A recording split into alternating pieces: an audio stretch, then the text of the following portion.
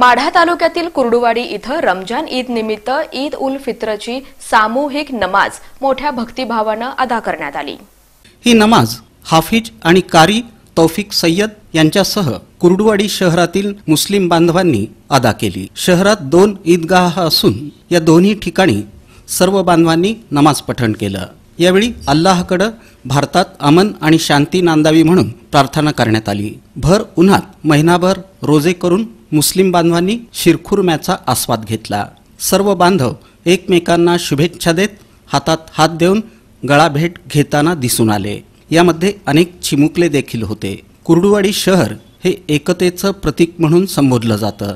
सर्व सण हिंदू मुस्लिम मिळून साजरा करत असल्यानं मुस्लिम बांधवांच्या घरी हिंदू बांधवांनी शुभेच्छा देत शिरखुर्म्याचा आस्वाद घेतला।